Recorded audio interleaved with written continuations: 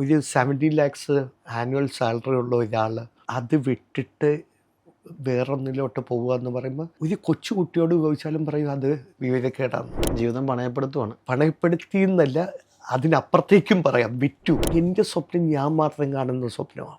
അത് വേറെ ഒരാൾക്ക് മനസ്സിലാകാൻ പറ്റില്ല. കേരളത്തിൽ പല മാളുകളിലും കോണ്ടാക്ട് ചെയ്തും ആരും സ്പേസ് തന്നില്ല. നമ്മുടെ സ്ട്രഗിൾ പറയും, പക്ഷെ നമ്മുടെ കൂടെ പെയിൻ അനുഭവിക്കുന്ന ഒരുപാട് പേരുണ്ട്. എൻ്റെ ബ്രദർ അവൻ്റെ വൈഫിൻ്റെ എല്ലാ സ്വർണവും വിട്ടിട്ട് ആ കാശ് എനിക്ക് തന്നു. ഇങ്ങനെ ഒരു വൈകുന്നേരം ഇങ്ങനെ ടെൻഷൻ ആയിക്കൊണ്ടിരിക്കുക, സെയിലില്ല. ആൾക്കാർ വന്ന് നല്ല വാക്ക് പറഞ്ഞിട്ട് കൊള്ളാന്ന് പറയുന്നുണ്ട്.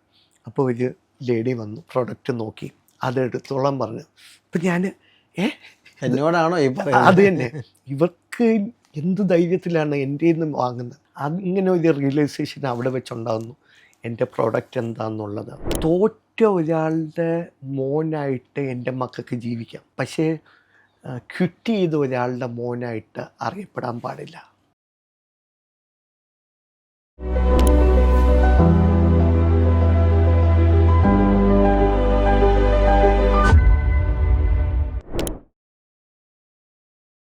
നമസ്കാരം, രംഗു കെ ഹരിദാസ്. സ്പാർക്കുള്ള മറ്റൊരു എപ്പിസോഡിലേക്ക് ഏവർക്കും സ്വാഗതം. നമ്മൾ ഒട്ടനവധി സ്വർണ്ണക്കടകൾ കണ്ടിട്ടുണ്ട്. ശരിക്കും സ്വർണത്തിൻ്റെ പേര് കേട്ടൊരു സംസ്ഥാനമാണ് കേരളം. ഒരുപാട് സ്വർണ്ണ കഥകളും നമ്മൾ കേട്ടിട്ടുണ്ട്. അതിൽ നിന്നെല്ലാം വ്യത്യസ്തമാണ് സുബി ഗോൾഡിൻ്റെ കഥ. ഒരു ചെറിയ കിയോസ്കിൽ എങ്ങനെ ഒരു സ്വർണ്ണക്കട തുടങ്ങാം. ഇന്ത്യയിലെ തന്നെ ആദ്യത്തെ സ്വർണ്ണ കിയോസ്കുമായി സംരംഭക ലോകത്ത് തന്നെ ഒരു ചരിത്രം കുറിച്ച ഷാഫിയാണ് ഇന്ന് നമ്മളോടൊപ്പം ഉള്ളത്. നമസ്കാരം ഷാഫി, സ്പാർക്കിൻ്റെ വേദിയിലേക്ക് സ്വാഗതം. Thank you. ഷാഫിയുടെ നാട്, ഷാഫി ഇപ്പോൾ താമസിക്കുന്നത് എറണാകുളത്താണ്, പക്ഷേ ഷാഫിയുടെ നാടെന്ന് പറയുന്നത് ചങ്ങനാശ്ശേരിയാണെന്ന് ഞാൻ കേട്ടിട്ടുണ്ട്. എങ്ങനെയാണ് ചങ്ങനാശ്ശേരിയിലെ ഒരു ജീവിതമൊക്കെ തുടക്കമൊക്കെ എങ്ങനെയായിരുന്നു? ഞാൻ ജനിച്ചു വളർന്നത് ചങ്ങനാശ്ശേരിയിലാണ്. എൻ്റെ പേരൻസ് ട്രിവാൻഡ്രം സൈഡിൽ നിന്നാണ്. അപ്പം അവരും ഇങ്ങനെ മാറ്റത്തിൻ്റെ ആൾക്കാരാണ്, ഞാനും മാറ്റത്തിൻ്റെ ആളാണ്. അപ്പം ഞാൻ പ്രീ ഡിഗ്രി വരെ ചങ്ങനാശ്ശേരിയിലാണ്. അത് കഴിഞ്ഞിട്ട് ഞാൻ പഠിക്കാൻ ബാംഗ്ലൂർ പോയി. അവിടെ പഠിച്ചു, പഠിത്തം കഴിഞ്ഞ് അവിടെ ജോലിയായി. അവിടെ നിന്ന് ഹൈദരാബാദ് പോയി. ഹൈദരാബാദിൽ നിന്ന് പിന്നെയും ബാംഗ്ലൂർ വന്ന്, പിന്നെയും ഹൈദരാബാദ് പോയി, പിന്നെയാണ് എറണാകുളത്തേക്ക് വരുന്നത്. എറണാകുളത്ത് 2017 വന്നു. അന്ന് ഞാൻ വർക്ക് ഫ്രം ഹോമാണ്. പേരൻസിനെ നോക്കാൻ വേണ്ടി ഫാദറിന് ഹെൽത്ത് ഇഷ്യൂസായിട്ട് എറണാകുളത്ത് വന്നതാണ്. അന്നോട്ട് എറണാകുളമാണ്. ഈ ഫാദറിൻ്റെ എന്തായിരുന്നു ബിസിനസ്? എന്തായിരുന്നു? പുള്ളി ചെരുപ്പിൻ്റെ ഹോൾസെയിലാണ്. പുള്ളി പറയും, പുള്ളിയൊക്കെ ചങ്ങനാശ്ശേരി വരുന്ന സമയത്ത് കാലിൽ ചെരുപ്പുള്ള ഇത് കുറവാണ്. അപ്പം ചെരുപ്പിൻ്റെ ഹോൾസെയിലായിരുന്നു. അന്ന് അറിയപ്പെടുന്ന ഒരു ബിസിനസ്സുകാരനായിരുന്നു. ഫാദർ കുറച്ചേറെ ചലഞ്ചസിൽ കൂടെ പോയി, ബിസിനസ്സിൽ തകർച്ച നേരിട്ടു, ജീവിതത്തിൽ ഒരുപാട് പ്രശ്നങ്ങൾ. എന്ന് പറഞ്ഞാൽ എനിക്ക് ഒരു 9 വയസ്സുള്ളപ്പം മദറിന് ആരോഗ്യ പ്രശ്നങ്ങളുണ്ടായി. പുള്ളിക്കാരിക്ക് തൈറോയിഡിൻ്റെ സംബന്ധമായിട്ടുള്ള ഇഷ്യൂസ് ഉണ്ടായിരുന്നു, ഹെൽത്ത് ഇഷ്യൂസ്.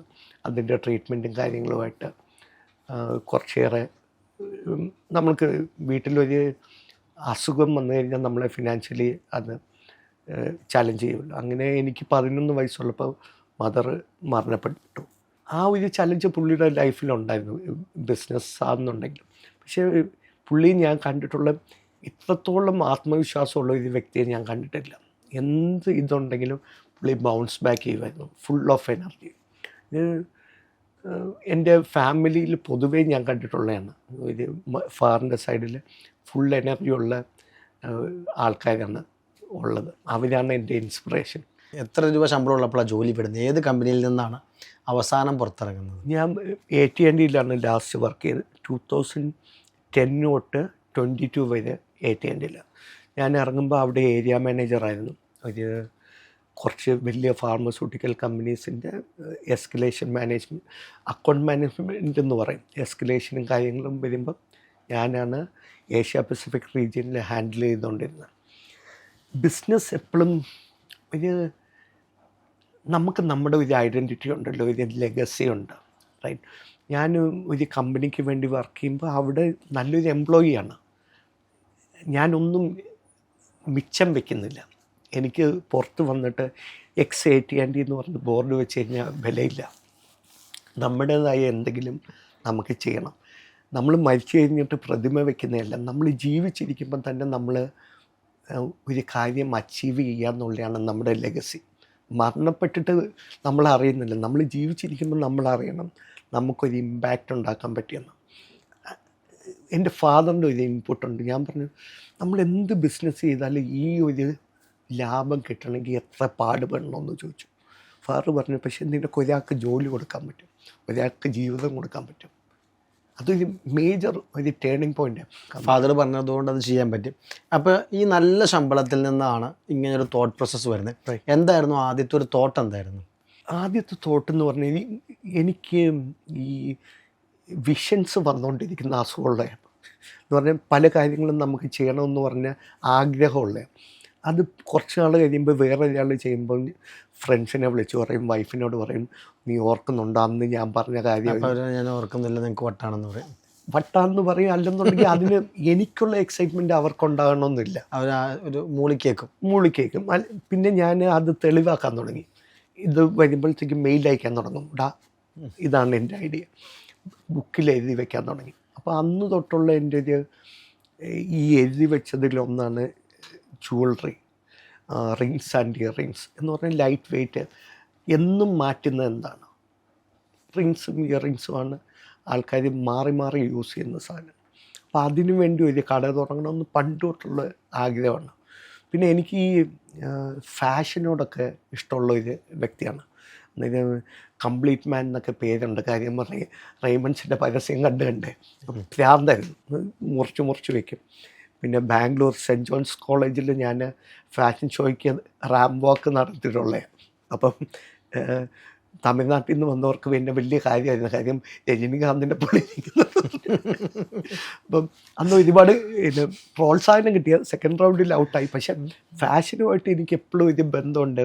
ഡ്രസ്സ് ചെയ്യാൻ ഇഷ്ടമാണ്, നല്ലപോലെ ഡ്രസ്സ് ചെയ്യുന്ന ഒരു ഇഷ്ടമാണ്, സൗന്ദര്യം ഇഷ്ടമുള്ള കൂട്ടത്തിലാണ്. അപ്പം ജ്വല്ലറിക്ക് നമ്മൾ ട്രഡീഷണലി നോക്കുമ്പോഴത്തേക്ക് ഒരു സ്ത്രീയുടെ മൂല്യം നിശ്ചയിക്കുന്ന ഒരു സാധനമായിട്ടാണ് സ്വർണത്തിനെയും സ്വർണ്ണാഭരണത്തിനെയും കാണുന്നത്. ഞാനത് കാണുന്ന ഒരു സൗന്ദര്യം വർദ്ധിപ്പിക്കുന്നത്. നമ്മൾ പറയത്തില്ലേ, സന്ധിക്കെന്തിന് സിന്ദൂരം ഇട്ട് നോക്കിയാലല്ലേ അറിയത്തുള്ളൂ എന്താ വ്യത്യാസം ഉണ്ടാകാൻ പോകുന്നത്. ചിലപ്പം കുറച്ചും കൂടെ ബെറ്റർ ആവും, ഇല്ലേ? അതേപോലെയാണ് പെണ്ണുങ്ങൾ ദേ ആർ ബ്യൂട്ടിഫുൾ. നമുക്ക് അവരുടെ പേഴ്സണാലിറ്റി എൻഹാൻസ് ചെയ്യാൻ വേണ്ടി എന്ത് ചെയ്യാൻ പറ്റും? അപ്പം ഇന്നത്തെ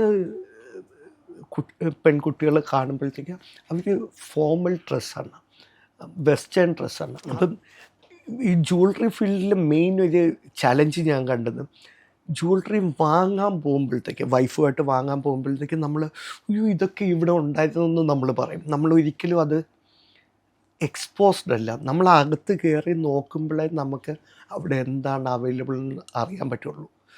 നമുക്ക് അഫോർഡബിൾ ആയിട്ടുള്ള, നമുക്ക് ഗോൾഡ് എന്ന് പറയുമ്പോൾ 50,000 1 ലക്ഷം കയ്യിലുണ്ടെങ്കിലേ നമ്മൾ ജ്വല്ലറി കയറുള്ളൂ. 5,000-നും ഉണ്ട്, 10,000-നും ഉണ്ട്. അത് ജനങ്ങളിലോട്ട് എത്തുന്നില്ല. അപ്പം ആ ഒരു കിയോസ്ക് മോഡലിൽ ഒരു ആൾക്കാരിലോട്ട് എത്തിക്കുക എന്നുള്ളതാണ് എൻ്റെ ഒരു ഇത്. ഒരു വലിയ ഷോപ്പിന് പകരം ഒരു കിയോസ്ക് ആണെങ്കിൽ ആൾക്കാർക്ക് നടന്നു പോകുമ്പോൾ കാണാം എന്നുള്ളതാണ് ഉദ്ദേശിക്കുന്നത്. അവർ കാണുക, വാങ്ങുക, അവരെ എഡ്യൂക്കേറ്റ് ചെയ്യണം എന്താണ് പ്രോഡക്റ്റ്. അത് കണ്ട് അവർ മനസ്സിലാക്കി എന്നിട്ടൊരു ഇൻഫോംഡ് ഡിസിഷൻ എടുക്കുക. നോർമൽ വേയിലാണെന്നുണ്ടെങ്കിൽ നമ്മളൊരു ബ്ലൈൻഡ് ഡിസിഷനാണ്.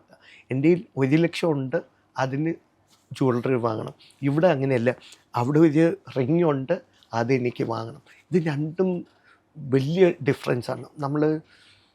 നമുക്ക് കുറച്ചും കൂടെ ഒരു കൺട്രോളുണ്ട്. നമ്മൾ എന്താ വാങ്ങാൻ പോകുന്നത്, എന്തുകൊണ്ട് വാങ്ങണം എന്നുള്ള ഡിസിഷൻ എടുത്ത ഒരു ഇൻഫോംഡ് കസ്റ്റമറാണ് നമുക്കുള്ളത്. അപ്പോൾ നമ്മളെ കാണുന്ന ആൾക്കാർ വാങ്ങാനും കച്ചവടം നടക്കാനും സാധ്യതയുണ്ടെന്നുള്ള തിരിച്ചറിവിൽ ഒരു കിയോസ്ക് തുടങ്ങാനാണ് നമ്മൾ തീരുമാനിക്കുന്നത്. കിയോസ്ക് എന്നുള്ള ഒരു പ്ലാനിലേക്ക് നമ്മൾ പോകുന്നതെന്ന് പറഞ്ഞു കഴിഞ്ഞാൽ, നമ്മൾ നല്ല മനോഹരമായ ജ്വല്ലറീസ് ഉണ്ട്, അതകത്തുള്ളതാണ്, നമ്മൾ കാണാറില്ല. അപ്പം ആൾക്കാരിലോട്ട് ഇത് എത്തണം, ഇത് എത്തിക്കുക എന്നുള്ളത്, ആൾക്കാർ കണ്ടു വാങ്ങുക എന്നുള്ള ഇതുണ്ട്. നമ്മുടെ പുതിയ ഡിസൈൻസും അവരുടെ ബഡ്ജറ്റിലുള്ള പ്രോഡക്റ്റ്സ് അവർ കണ്ട് അത് വാങ്ങുക എന്നുള്ള ഒരു കാര്യമുണ്ട്. അതിന് ഏറ്റവും ബെസ്റ്റ് കോൺസെപ്റ്റ് എന്ന് പറയുന്നത് കിയോസ്കാണ്. പുതിയതാണ്, അത് ആൾക്കാർക്ക് പെട്ടെന്ന് വിസിബിൾ ആകുന്നതാണ്. അത് മാർക്കറ്റിങ് പേഴ്സ്പെക്റ്റീവ് നോക്കുകയാണെന്നുണ്ടെങ്കിലും അവർക്ക് കാണുകയാണ്, നമ്മൾ പറയുന്നതിലും കൂടുതൽ അവരിത് കാണുകയാണ്. ഈ കിയോസ്കിൻ്റെ മോഡൽ നമ്മുടെ മനസ്സിൽ സ്വപ്നം കണ്ടു ചെയ്യാമെന്ന് വിചാരിച്ചു. റൈറ്റ്. അപ്പോൾ ഒരു ജോലിയിൽ നിൽക്കുകയാണ്, അത് ജോലി ക്വിറ്റ് ചെയ്ത് ഇത് തുടങ്ങുകയാണെന്ന് പറഞ്ഞപ്പോൾ വീട്ടുകാരും നാട്ടുകാരും ഒക്കെ എന്ത് പറഞ്ഞു? തീർച്ചയായും വട്ടല്ലേ, സ്വയബോധമുള്ള ആരും ചെയ്യുന്ന ഒരു കാര്യമല്ല. കാര്യം ഒരു 70 lakhs ആനുവൽ സാലറി ഉള്ള ഒരാൾ അത് വിട്ടിട്ട് വേറൊന്നിലോട്ട് പോകുക എന്ന് പറയുമ്പോൾ ഒരു കൊച്ചു കുട്ടിയോട് ചോദിച്ചാലും പറയും അത് വിവരക്കേടാണെന്ന്. പക്ഷെ നമ്മൾ കാണുന്ന ഒരു വിഷനുണ്ട്, ഒരു ഡ്രീമുണ്ട്, അത് വെച്ച് നോക്കുമ്പോൾ എനിക്ക് കൺവിൻസ്ഡാണ്. പക്ഷെ വേറെ ഒരാളെ കൺവിൻസ് ചെയ്യാൻ പറ്റില്ല. But you can prove it, അത് ചെയ്ത് കാണിച്ചു കൊടുക്കുക എന്നുള്ള ഇതുണ്ട്. അതുവരെ ഇല്ല അങ്ങനെ ഒരു മോഡൽ ഇന്ത്യയിലില്ല. അപ്പം ഇതൊരു പുതിയ കോൺസെപ്റ്റാണ്. ഈ പുതിയ കോൺസെപ്റ്റ് സെല്ലിങ് നടക്കില്ല, നമ്മൾ ചെയ്ത് കാണിക്കണം. അതിനുവേണ്ടി എനിക്ക് ജോലിയിൽ നിന്ന് ഇറങ്ങിയപ്പോൾ കിട്ടിയ എല്ലാ കാശും, എത്ര രൂപ? ഏകദേശം 1 കോടിക്കടുത്ത് PF ഗ്രാജുവേറ്റീവ് ആയിട്ടുണ്ടായിരുന്നു. അത് മൊത്തം ഇതിലോട്ട് ഇട്ടിട്ട് ഞാൻ ഇറങ്ങുകയാണ്. ജീവിതം പണയപ്പെടുത്തുവാണ്. ജീവിതം പണയപ്പെടുത്തി എന്നല്ല, അതിനപ്പുറത്തേക്കും പറയാം, വിറ്റു. കാര്യം ഉള്ളത് മൊത്തം എടുത്ത് ഇന്നേവരെ ചെയ്തിട്ടില്ലാത്ത ഒരു കാര്യം ചെയ്യാണ്. അപ്പോൾ വീട്ടിൽ ഭാര്യ ഒന്നും പറഞ്ഞില്ല നിങ്ങൾക്ക് വട്ടാണോ മനുഷ്യ കാശൊക്കെ എടുക്കാമെന്ന് ചോദിച്ചില്ല? എനിക്കൊന്ന് അവൾ ഉറപ്പിച്ചു എനിക്ക് വട്ടാന്ന്. അവർ സപ്പോർട്ട് ചെയ്തു തന്നല്ലോ. തീർച്ചയായും. എന്ന് പറഞ്ഞാൽ ആങ്ഷ്യസ് ആണ്, ഇതെൻ്റെ സ്വപ്നമാണ്. അവർ അതിലില്ല, അത് മനസ്സിലാക്കിയിട്ടില്ല. അത് എത്ര പറഞ്ഞാലും മനസ്സിലാകില്ല. അത് അവരുടെ ലിമിറ്റേഷൻ അല്ല. എൻ്റെ സ്വപ്നം ഞാൻ മാത്രം കാണുന്ന സ്വപ്നമാണ്, അത് വേറെ ഒരാൾക്ക് മനസ്സിലാകാൻ പറ്റില്ല. അപ്പം അത് പുള്ളിക്കാരി മനസ്സിലാക്കണമെന്ന് വിചാരിക്കുന്നിടത്താണ് എൻ്റെ തെറ്റ്. കാര്യം അത് പുള്ളിക്കാരിയുടെ ലൈഫാണ്. പുള്ളിക്കാരി മമ്മൂട്ടി പറയുന്ന ഒരു കാര്യമുണ്ട്, സുലു കെട്ടിയത് വക്കീലിനെയാണ്, നടനെ അല്ല. അതേപോലെ ശ്യാമില കെട്ടിയത് IT കാരനെയാണ്, ജ്വല്ലറിക്കാരനെ അല്ല. അപ്പം ആ ഒരു ആങ്സൈറ്റി ഉണ്ട്. എൻ്റെ ആദ്യത്തെ കുറച്ചേറെ നാൾ പുള്ളിക്കാരിയെ കൺവിൻസ് ചെയ്യാൻ വേണ്ടിയാണ്. കാര്യം എൻ്റെ ലൈഫിലെ ഒരു ബേസ് അതാണ്. പുള്ളിക്കാരി സപ്പോർട്ട് ചെയ്താലേ ഞാനുള്ളൂ. അതില്ലാതെ നമുക്ക് മുന്നോട്ട് പോകാം. ഒരുപാട് സമയം ഞാൻ പുള്ളിക്കാരിയെ കൺവിൻസ് ചെയ്യാൻ വേണ്ടി എടുത്തു. അല്ലേ, ഇതിലായിട്ട് ഞാൻ പറയട്ടെ. അപ്പോൾ ഉള്ള കാശ് മുഴുവൻ കൊണ്ടേ ഇട്ടു. റൈറ്റ്. അപ്പോൾ നമ്മുടെ ആശയം നമ്മുടെ കയ്യിലായി. റൈറ്റ്. ഗോൾഡ് വാങ്ങാൻ നമുക്കറിയില്ല. എവിടെ പോയി ഗോൾഡ് വാങ്ങി? ആദ്യം എവിടെ പോയി ഷോപ്പ് ഇട്ടു? ഒരു കിയോസ്ക് റോട്ടിലിടാൻ പറ്റുമല്ലോ. ഇത് പഠിക്കുക എന്നുള്ളൊരു ഇതുണ്ട്, ജേർണി ഉണ്ട്. അപ്പം ഇതിനെക്കുറിച്ച് അന്വേഷിച്ചു. അങ്ങനെ ഞാൻ ബോംബെ പോന്നു. അവിടെ ചെന്ന് റോണക്ക് എന്ന് പറഞ്ഞ ഒരു പുള്ളിയെ പരിചയപ്പെടുന്നു. പുള്ളി എന്നോട് പറഞ്ഞു, നെക്സ്റ്റ് മന്ത് ബോംബെയിൽ ഒരു എക്സിബിഷൻ ഉണ്ട്, വന്നൂടെ എന്ന് ചോദിച്ചു. അങ്ങനെ ഞാൻ എക്സിബിഷന് പോകാൻ തീരുമാനിച്ചു. ഓൺലൈൻ ബുക്ക് ചെയ്ത് ഞാനും വൈഫുമായിട്ട് ബോംബെ ചെല്ലുന്നു. പോകുന്ന വഴിയെല്ലാം ഈ ഒരു ചലഞ്ചുണ്ട്. എക്സിബിഷൻ അവിടെ ചെല്ലുന്നു, തരില്ല. കാര്യം ഞാൻ ജ്വല്ലറിക്കാരനല്ല, ജ്വല്ലറിയിലുള്ളവർക്ക് മാത്രമേ അതിലോട്ട് എൻട്രി ഉള്ളൂ. B2B ഇതാ. അവിടെ നിന്ന് പലരെയും കോണ്ടാക്ട് ചെയ്ത് അവസാനം എൻ്റെ ഒരു ഫാമിലി ഫ്രണ്ടിൻ്റെ ജ്വല്ലറിയിലെ സ്റ്റാഫാന്ന് പറഞ്ഞ് ഒരു ലെറ്റർ മേടിച്ച് അവിടെ നിന്ന് എന്നെ പാസ് എടുത്ത് ഞങ്ങൾ രണ്ടും കൂടെ എക്സിബിഷന് കയറുക. അന്ന് അവിടെ മൊത്തം കണ്ടു. അതൊരു ആലീസ് ഇൻ വണ്ടർലാൻഡ് പോലെ, സ്വർണത്തിൻ്റെയും ഡയമണ്ടിൻ്റെയും തിളക്കം. കുറച്ച് കഴിയുമ്പോൾ കണ്ണ് മഞ്ഞളിക്കും. ഈ കണ്ണ് മഞ്ഞളിക്കുക എന്ന് പറയുന്നത് യഥാർത്ഥത്തിൽ നടക്കുന്നതാണ്. ആ മഞ്ഞ കണ്ട് കുറച്ച് കഴിയുമ്പോൾ കണ്ണിന് ബുദ്ധിമുട്ടാവും.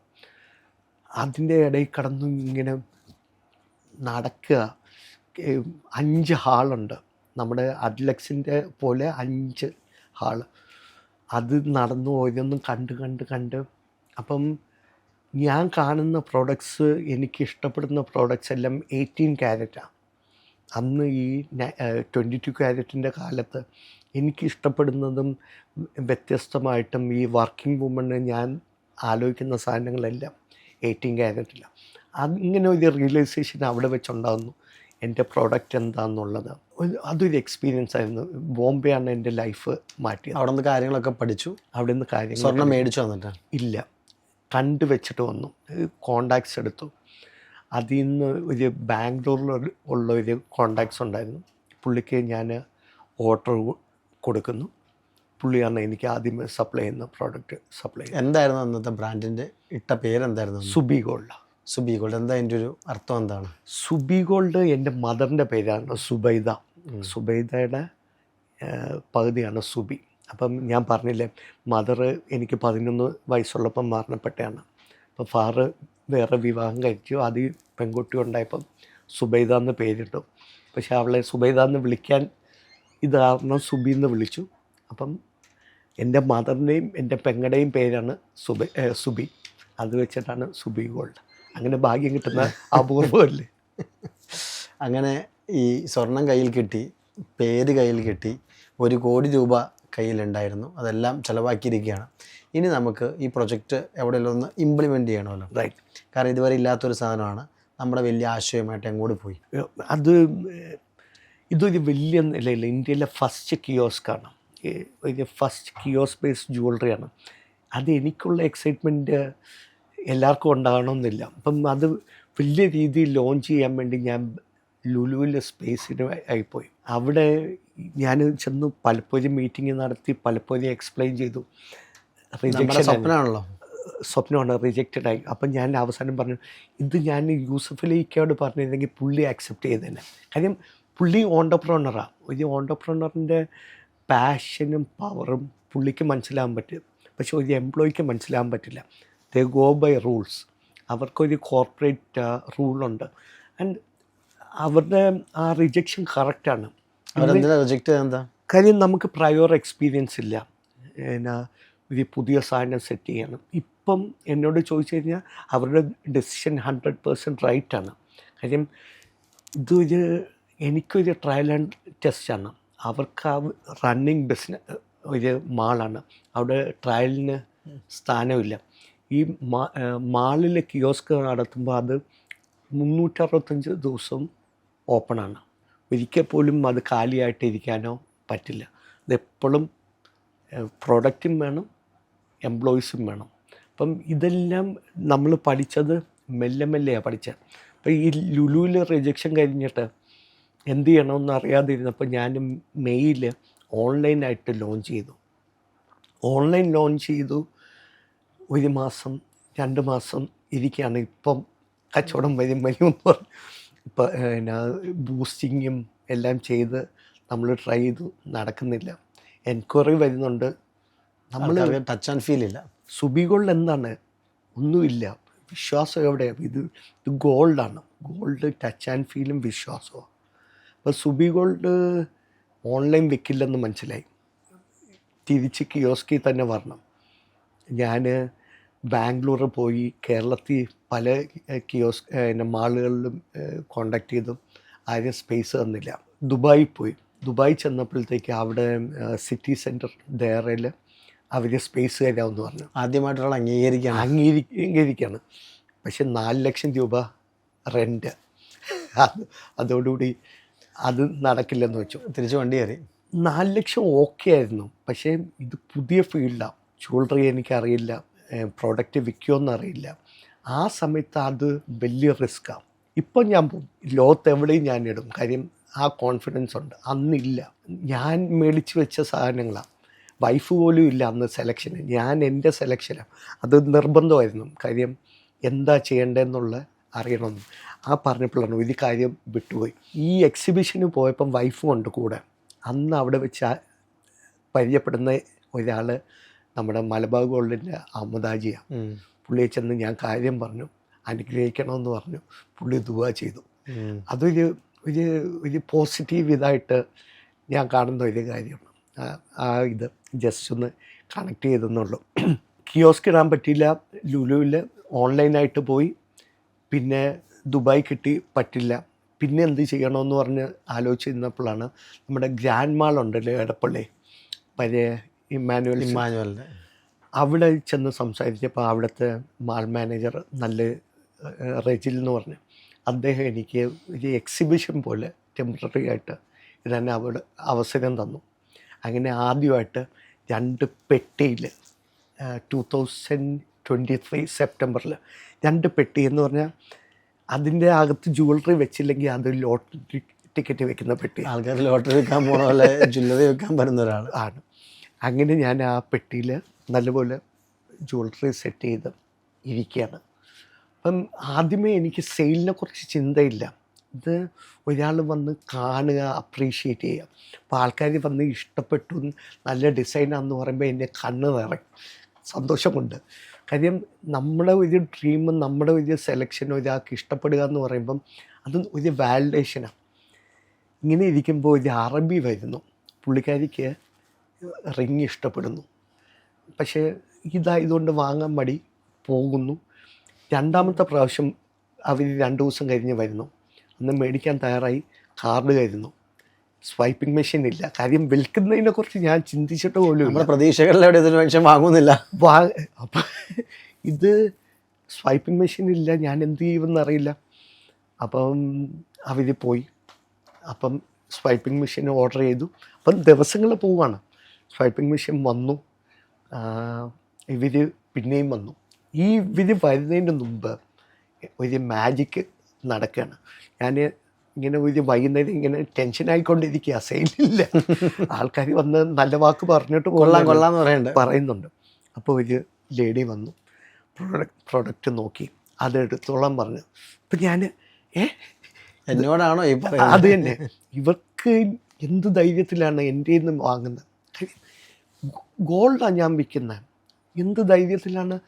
എൻ്റെ മനസ്സിലാതാ പോയത്. നിങ്ങൾ എന്തുകൊണ്ട് എന്നെ ട്രസ്റ്റ് ചെയ്തു എൻ്റെ നിന്ന് ഒരു സാധനം വാങ്ങുക? അപ്പം അത് മേടിച്ച് ബില്ല് ചെയ്തപ്പോൾ ഞാൻ പറഞ്ഞു, മാം നിങ്ങളാണ് എൻ്റെ ആദ്യത്തെ കസ്റ്റമർ. അവർക്ക് ടെൻഷനായി, കാര്യം നമ്മുടെ കൈനീട്ടമാണല്ലോ.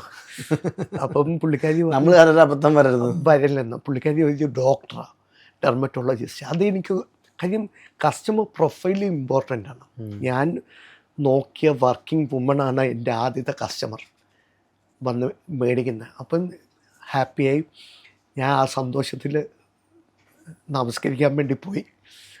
നമസ്കരിച്ച് ഞാൻ എണീക്കുമ്പോൾ ഫോണിൽ മൊത്തം മിസ് കോള്. ഞാൻ വിളിച്ചു ചോദിച്ച്, എൻ്റെ സ്റ്റാഫുണ്ട്, ഗോകുലെ എന്ത് പറ്റി? അറബി വന്നിട്ടുണ്ട്, ഓടിവാ. നേരത്തെ നോക്കിപ്പോയ അറബിയാണ്. തിരിച്ചു വന്നു, within half an hour second sale നടക്കുകയാണ്. അതും വലിയ എമൗണ്ടിൽ. പക്ഷേ എഗെയിൻ നമ്മുടെ കാർഡ് ചതിച്ചു, ഇൻ്റർനാഷണൽ സ്വൈപ്പിംഗ് ഇല്ല. അപ്പം കൂടെ വന്ന ഡ്രൈവറിന് മടുത്തു. ഏതാ ഈ വന്നുപോയി, പുള്ളിയുടെ കയ്യിൽ നിന്നുള്ള കാശ് തന്ന് പ്രോഡക്റ്റ് വാങ്ങി. ഞാൻ അവരുടെ നിന്ന് വാങ്ങാമെന്ന് പറഞ്ഞ് പുള്ളി അങ്ങനെ ചെയ്തു. പിന്നെ ഹാഫ് ആൻ അവറിനുള്ളിൽ 2 സെയിൽ നടക്കുക. ഇത് എൻ്റെ ലൈഫ് മാറ്റിമറിക്കുന്നതെന്ന് പറഞ്ഞാൽ നമ്മുടെ ഒരു സ്വപ്നത്തെ ഇന്ത്യയും മാത്രമല്ല ഒരു വിദേശിയും വന്ന് വിശ്വസിച്ചു. ഒരു പ്രാവശ്യം അവർ വന്ന് മേടിക്കുക എന്നുണ്ടെങ്കിൽ അതൊരു ഇൻസ്റ്റിങ്ക്റ്റാണ്, അത് ഇമ്പൾസീവ് പർച്ചേസാണ്. ഇത് 3ാമത്തെ പ്രാവശ്യം വന്ന് എൻ്റെ അടുത്ത് നിന്ന് ആ പ്രൊഡക്റ്റ് വാങ്ങണമെന്നുണ്ടെങ്കിൽ there is something in it. അതാണ് എനിക്ക് കോൺഫിഡൻസ് എന്ന് ഇപ്പോഴും മറക്കാൻ പറ്റാത്ത പ്രൗഡ് മൊമെൻ്റ് എന്ന് പറയുന്ന ആ വൈകുന്നേരമാണ്. 4 മണിക്കോ 5 മണിക്കോ ഇടയ്ക്കുള്ള ആ അരമണിക്കൂറിൻ്റെ ഇടയ്ക്ക് ഞാൻ 2 സെയിൽ നടത്തി. അതെനിക്കൊരു കൺഫർമേഷനാണ്. ഞാൻ പറഞ്ഞു 2 സെയിൽ കൊണ്ടൊന്നും ഒന്നും ആവില്ല, കയ്യിലെ കാശിന് മുഴുവൻ സാധനവും വാങ്ങി വെച്ചു. റൈറ്റ്. പക്ഷെ നിങ്ങളൊരു 70 ലക്ഷം രൂപ ശമ്പളമുള്ള വ്യക്തി എന്ന് പറയുമ്പോൾ അതിൻ്റെതായ ചിലവ് അവിടെ നിൽക്കുന്നുണ്ട്. റൈറ്റ്. ഈ 2 കച്ചവടം കൊണ്ടിട്ട് നിങ്ങൾക്ക് ചായ കുടിക്കാനുള്ള കാശേ കിട്ടുള്ളൂ. അതുപോലും കിട്ടില്ല. കാര്യം ഈ വാടക കൊടുക്കണം, ശമ്പളം കൊടുക്കണം, പിന്നൊന്നും കയ്യിലില്ല. പിന്നൊന്നുമില്ല. എൻ്റെ പേഴ്സണൽ ചിലവ് ഞാൻ ആദ്യമേ അതിനുള്ള ഒരു മാർഗം മാറ്റിവെച്ചു. എന്ന് പറഞ്ഞാൽ ഒരു 6 മാസത്തേക്ക് റൺ ചെയ്യാനുള്ള പേഴ്സണൽ ചിലവിൻ്റെ മാറ്റിവെച്ചു. കാര്യം എനിക്ക് പിള്ളേർ പഠിക്കുന്നുണ്ട്, എൻ്റെ ചിലവുണ്ട്, ഫാമിലിയെ സപ്പോർട്ട് ചെയ്യുന്നുണ്ട്, പേരൻസിനെ സപ്പോർട്ട് ചെയ്യുന്നുണ്ട്. അതൊന്നും നമുക്ക് വെട്ടിക്കുറയ്ക്കാൻ പറ്റില്ല. ഞാൻ ജോലിയിൽ നിന്ന് ഇറങ്ങിയപ്പം വൈഫിന് കൊടുത്ത ഒരു വാഗ്ദാനം എന്ന് പറഞ്ഞാൽ, നിൻ്റെ ജീവിതത്തിൽ ഒരു കുറവുണ്ടാക്കില്ല എന്ന് പറഞ്ഞാണ് ഞാൻ ഇറങ്ങുന്നത്. 6 മാസത്തേക്ക് അത് നടന്നു. അത് കഴിഞ്ഞിട്ട് കുറവാണ്. എന്തൊക്കെ കുറഞ്ഞു എന്ന് പറഞ്ഞാൽ വേറൊന്നുമില്ല, നമുക്ക് ഒരു കോൺഫിഡൻസ് ഉണ്ടല്ലോ. പണ്ടൊക്കെ നമ്മൾ പർച്ചേസ് ചെയ്യാൻ പോകുമ്പം പിള്ളേർ ഒരു ഡ്രസ്സ് അല്ലെങ്കിൽ വൈഫ് 2 ഡ്രസ്സ് വെച്ചിട്ട് ഏതെടുക്കണം എന്ന് പറഞ്ഞാൽ 2 ഇടുക എന്ന് പറയുന്ന ഇതുണ്ട്. അവിടെ നിന്ന് ഒരു സിറ്റുവേഷൻ വന്നു, മോക്ക് ഡ്രസ്സ് എടുക്കണമെന്ന് പറഞ്ഞ് പറ്റാത്തൊരവസ്ഥ. അതാണ് എൻ്റെ ലോ പോയിൻ്റ്. എന്ന് പറഞ്ഞാൽ നമ്മൾ നിൽക്കുന്നിടത്തുനിന്ന് എനിക്ക് എന്തെങ്കിലും ഉണ്ടെങ്കിൽ എനിക്ക് അഡ്ജസ്റ്റ് ചെയ്യാം. നമ്മളെ ഡിപ്പെൻഡ് ചെയ്യുന്നവർക്ക് പറ്റില്ലെന്ന് പറയുന്ന ആ ഒരു മൊമെൻ്റ് ഉണ്ടല്ലോ, അത് നമ്മൾ ഇല്ലാതാവും.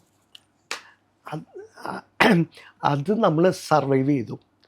ഈ ഓണ്ടർപ്രണർ ജേർണിയിൽ ഞാൻ പഠിച്ച ഒരു കാര്യം എന്ന് പറഞ്ഞാൽ നമ്മൾ സർവൈവ് ചെയ്യുക എന്നുള്ളതാണ്. ഇതൊരു ഈസി പാത്തല്ല. ഇന്ന് ഓണ്ടർപ്രണേഴ്സിനെ കാണിക്കുമ്പം വലിയ കാറിൻ്റെ അകത്ത് നടക്കുന്നു, ലൈഫ് സ്റ്റൈൽ, പക്ഷെ അവർ പോകുന്ന ഒരു പെയിനുണ്ട്.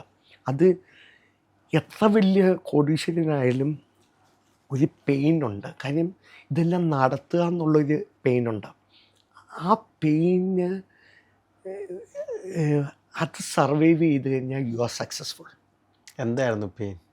പെയിൻ എന്ന് ഡ്രസ് പറഞ്ഞാൽ വാങ്ങിയില്ല എന്നുള്ളൊരു പെയിനാണ്. ഡ്രസ്സല്ല, ഇത് വണ്ടികളിലൊക്കെ എങ്ങനെയായിരുന്നു? സാമ്പത്തികം എന്ന് പറഞ്ഞു കഴിഞ്ഞാൽ നമ്മൾ ഒരു കാര്യത്തിൽ വിശ്വസിച്ച് കഴിഞ്ഞാൽ നമ്മൾ ഫുൾ ഔട്ട് ചെയ്യുക എന്നുള്ളതാണ്.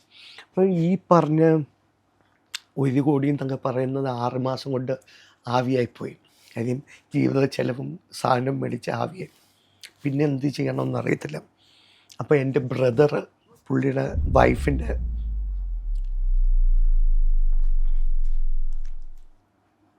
പറഞ്ഞോ.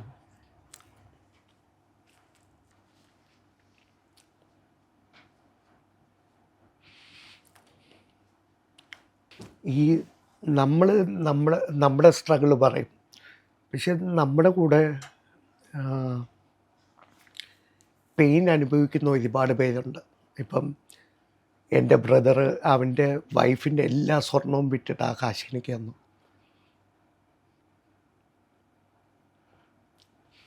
എൻ്റെ സിസ്റ്ററിൻ്റെ ഹസ്ബൻഡ്, പുള്ളിക്കാരൻ ഒരുപാട് കാര്യത്തിൽ കമ്മിറ്റഡ് ആയിരുന്നു. പുള്ളി ലോണെടുത്ത് കാശ് തന്നു. വൈഫിൻ്റെ ബ്രദർ കാശ് തന്നു. അപ്പം ഇത് ഞാനെന്നുള്ളൊരു വ്യക്തിയുടെ സ്വപ്നം മാത്രമാണ്, പക്ഷെ പലരുടെയും ത്യാഗം കൂടെയാണ്. എനിക്കിവിടെ വന്ന് ഗ്ലാമറിൽ കാര്യം പറയാം, പക്ഷേ എന്നെപ്പോലെ തന്നെ ബാക്ക്ഗ്രൗണ്ടിൽ സഫർ ചെയ്ത് ഒരുപാട് പേരുണ്ട് എൻ്റെ ഈ സ്വപ്നത്തിൻ്റെ കൂടെ നിൽക്കാൻ വേണ്ടി. അപ്പം ഈ സുബി ഗോൾഡ് എന്ന് പറയുന്നത് ഞാനെന്നുള്ളൊരു വ്യക്തിയല്ല, ഈ പറഞ്ഞ ആൾക്കാരുടെ എല്ലാം കൂടെ ഒരു എഫേർട്ടാണ് ഇന്ന് കാണുന്ന സുബി ഗോൾഡ്. അവരില്ലെങ്കിൽ ഞാനില്ല, സുബി ഗോൾഡില്ല. അപ്പം അവരോടുള്ള ആ എന്താ ഗ്രാറ്റിറ്റ്യൂഡ്, അതാണ് എൻ്റെ ഈ ഇമോഷൻ. കാര്യം നമ്മളെല്ലാം നഷ്ടപ്പെട്ടു, ഇനിയും മുന്നോട്ട് വരിയില്ലെന്ന് പറഞ്ഞ് നിൽക്കുന്ന സമയത്ത് നഷ്ടപ്പെടുന്ന പറയുമ്പോൾ എല്ലാം വിറ്റു. ആ സമയത്തേക്കും നമുക്ക് ഒന്നുമില്ല. എനിക്കുണ്ടായിരുന്ന പ്രോപ്പർട്ടി വിറ്റു.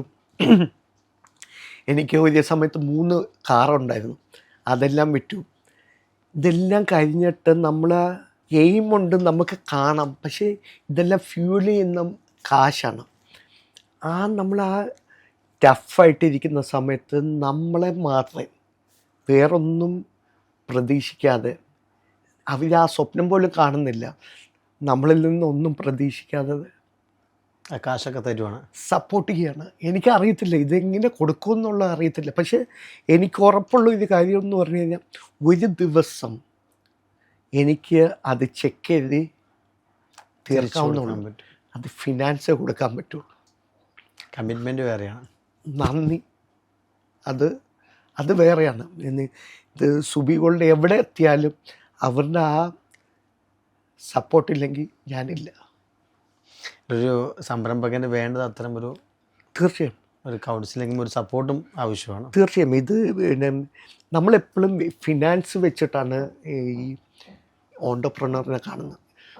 ഓണ്ടർപ്രണർ ഒരു സ്വപ്നജീവിയാണ്. ഈ ഉള്ളിൽ ഒരുപാട് വേദനയോടുകൂടി ഒരു സ്വപ്നത്തിൻ്റെ ബാക്കിൽ ഓടുന്ന ഒരു വ്യക്തിയാണ്. ഫിനാൻസ് ഒരു ആസ്പെക്റ്റാണ്. സപ്പോർട്ട് എന്നുള്ളൊരു സംഭവമുണ്ട്. ഇപ്പം നമ്മൾ ഡൗൺ ആകുമ്പോഴത്തേക്ക് നമ്മളൊന്ന് പിടിച്ചു നിർത്താൻ അങ്ങനെ കുറച്ച് ആൾക്കാരുണ്ട്. നമ്മൾ വിളിച്ചിട്ടാ ഇതാണ്, ടെൻഷൻ വേണ്ട, ഇത് പോകുന്നയാ, സാരമില്ല, റെഡിയാകും. വീട്ടിൽ വരുമ്പോൾ വൈഫിൻ്റെ സപ്പോർട്ട്, പിള്ളേർ നമ്മുടെ അവസാനം മനസ്സിലാക്കി അവർ വരുത്തുന്ന ചേഞ്ചസ്, ഇതെല്ലാം കൂടെ ചേർന്നാണ് ഒരു ഓണ്ടർപ്രണർ. ഓണ്ടർപ്രണറിന് ആകെ സ്വന്തമായിട്ടുള്ളത് സ്വപ്നമാണ്. അത് വേറെ ആർക്കും ഇല്ല. ഓണ്ടർപ്രണറിന് ആകെ ഉള്ള സ്വപ്നവും വിഷനുമാണ്. അറിയാം എങ്ങോട്ടാണ് പോകുന്നതെന്നുള്ളത്. ആ വിഷൻ എത്തിയോ? എന്തെങ്കിലുമൊക്കെ എത്തിയോ? തീർച്ചയായും.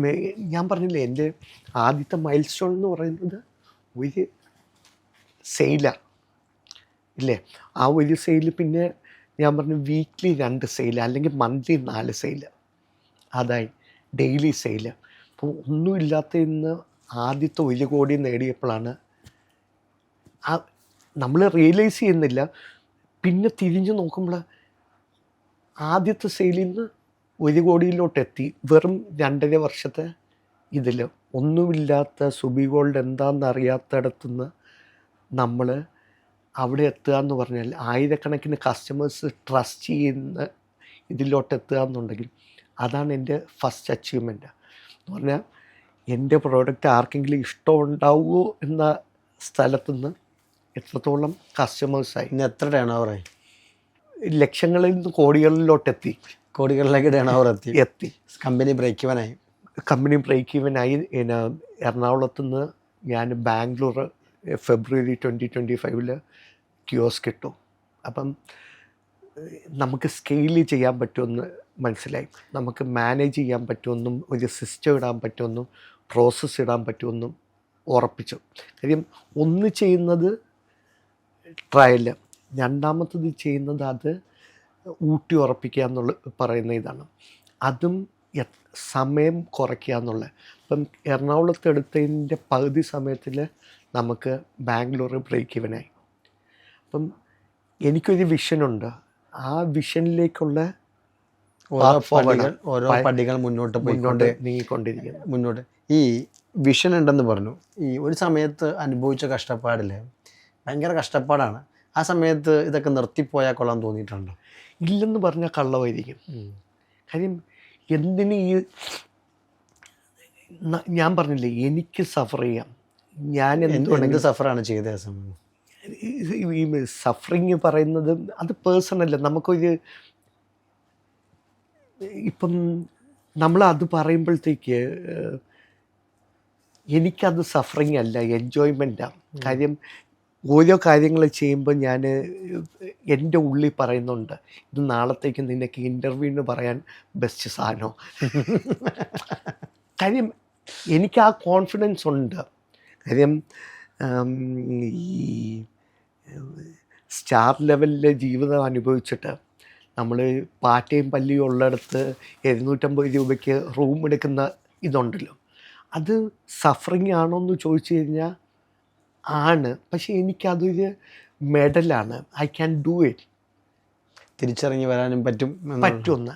അതാണ് ധൈര്യം. എനിക്കൊന്ന് ഇന്ന് ഞാൻ ഗ്രോ ചെയ്യുന്നുണ്ടെന്നുണ്ടെങ്കിൽ അതാണ് എൻ്റെ ധൈര്യം. കാര്യം ഞാൻ എപ്പോഴോ മുന്നോട്ട് പോയിടത്തുനിന്ന് എനിക്ക് തിരിച്ച് കംപ്ലൈൻ്റ് ഇല്ലാതെ ചെയ്യാൻ പറ്റുന്ന, അത് ചെയ്യുമ്പോഴും എനിക്ക് സന്തോഷമാടാ, കൊള്ളാടാ.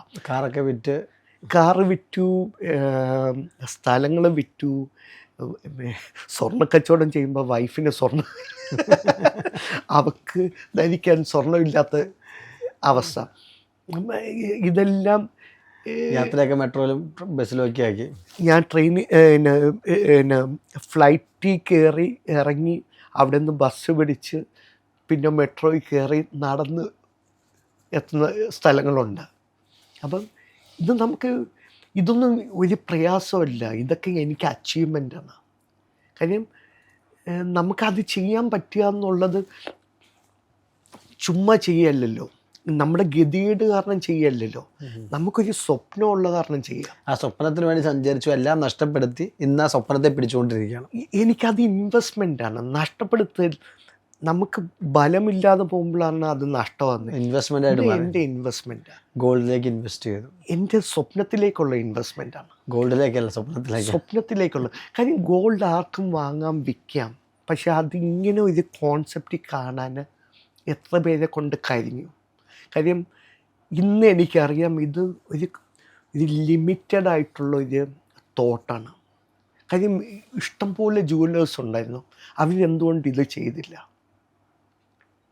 റൈറ്റ്. ഞാനൊരു ഔട്ട്സൈഡറാണ്. അല്ല, എന്നാലും നമ്മൾ സ്വാഭാവികമായിട്ട് ആലോചിക്കുമ്പോഴേ എല്ലാ സംരംഭകനും ഒരു യാത്ര നടത്തുമ്പോൾ അയാൾ എവിടെയെങ്കിലുമൊക്കെ വെച്ചിട്ട് ക്വിറ്റ് ചെയ്യണം, നിർത്തിപ്പോകണം, എല്ലാം ഉപേക്ഷിക്കണം, ഇതൊന്നുമല്ല എൻ്റെ വഴി എന്നൊക്കെ തോന്നി ചില ആൾക്കാർ ആത്മഹത്യ ചെയ്യാൻ ശ്രമിക്കും, ചില ആൾക്കാർ പിരിഞ്ഞു പോകാൻ ശ്രമിക്കും.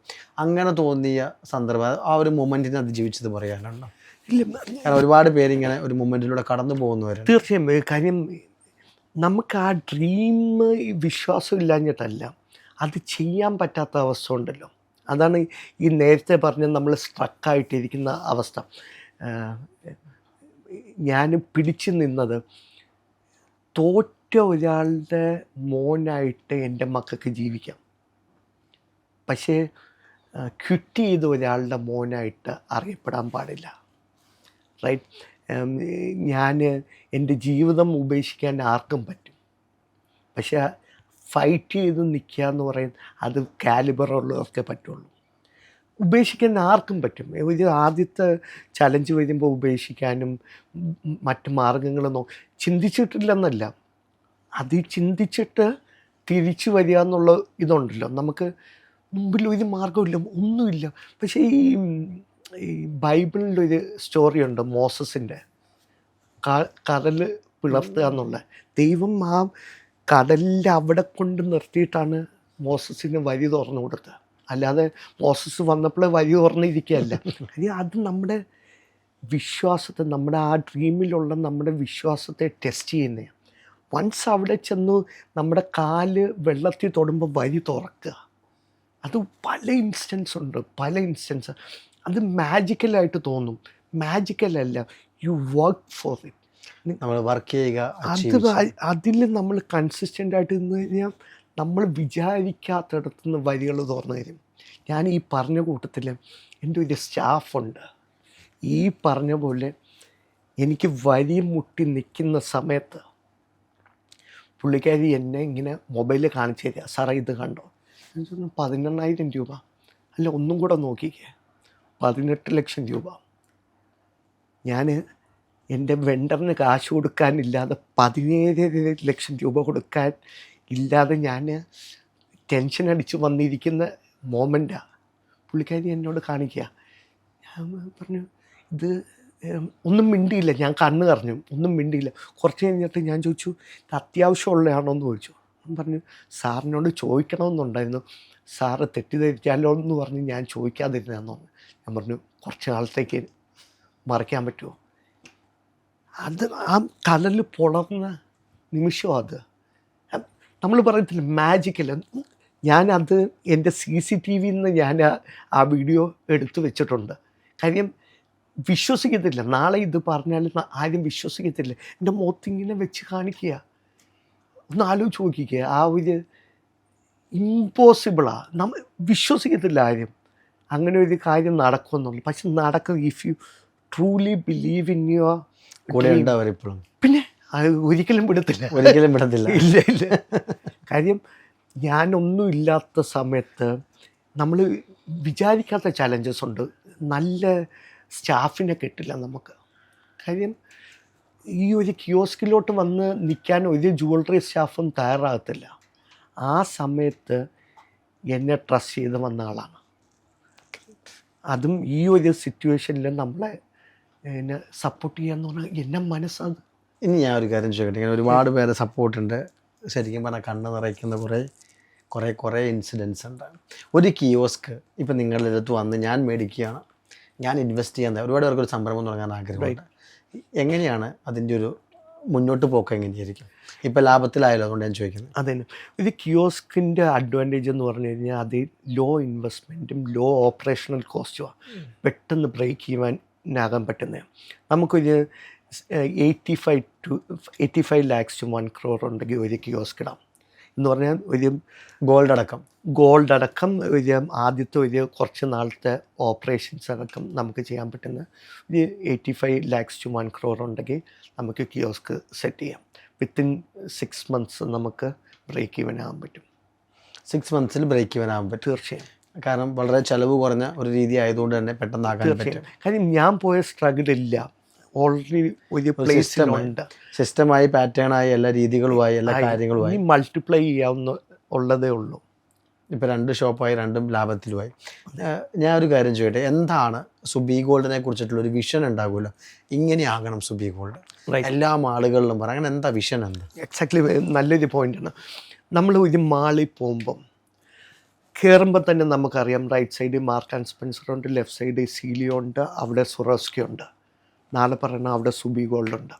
ഇന്ത്യയിലെ ഏത് മാളിൽ കയറിയാലും ആ മാളിൻ്റെ പാർട്ടായിട്ട് മാള് കൺസ്ട്രക്ഷൻ തുടങ്ങുന്ന സമയത്ത് തന്നെ നമ്മൾ കോൺടാക്റ്റ് ചെയ്യണം, സുബി ഗോൾഡിൻ്റെ ഒരു കൗണ്ടർ അവിടെ വേണം. അതാണ് എൻ്റെ ഡ്രീം. ഫസ്റ്റ് ഗോൾ എന്ന് പറയുന്നത് 100 കോടിയുടെ ടേൺ ഓവർ, 42 കിയോസ്ക്, സൗത്ത് ഇന്ത്യയിലെ എല്ലാ പ്രോമിനൻറ്റ് മാളിലും നമ്മൾ പ്രസൻസ് ഉണ്ടാകും. പ്രൊജക്റ്റ് ചെയ്ത ലുലുവിൽ തന്നെ വേണം ആദ്യം. അവർ വിളിക്കുമെന്നുള്ള വിശ്വാസം എനിക്കുണ്ട്, തീർച്ചയായും ഉണ്ട്. കാര്യം വീഡിയോ കാണുന്നുണ്ടെങ്കിൽ അവരൊന്ന് വിളിച്ചോട്ടെ. തീർച്ചയായും. കാര്യം റിജക്ഷൻ അവരുടെ പ്രോസസ്സല്ല, അവരുടെ പ്രോസസ്സിൽ നമുക്ക് കുറ്റം പറയുന്നില്ല. പക്ഷേ ഇപ്പം നമ്മൾ സക്സസ് ആയാലോ, ഇനി വിളിക്കാമല്ലോ, ബാക്ക്ഗ്രൗണ്ട് നോക്കിക്കഴിഞ്ഞിട്ടുണ്ടെങ്കിൽ പറയാലോ, ലുലു നിങ്ങൾക്ക് ധൈര്യമായിട്ട് ഞങ്ങളെ ഇരുത്താം, ഞങ്ങൾ കൊണ്ടുപോയിടത്തെല്ലാം വിജയിച്ചു എന്ന്. വേറൊരു കോയിൻസിഡൻസ് കൂടെ ഉണ്ട്. ബാംഗ്ലൂർ ലുലുവിൻ്റെ ഹൈപ്പർ മാർക്കറ്റിൻ്റെ നേരെ ഫ്രണ്ടിലാണ് എൻ്റെ കിയോസ്ക്. അതൊരു രസമുള്ള കാര്യം. അതാണ് വിഷൻ. വിഷൻ എത്ര സമയമാണ് വിഷന് കൊടുത്തിട്ടുള്ളത്?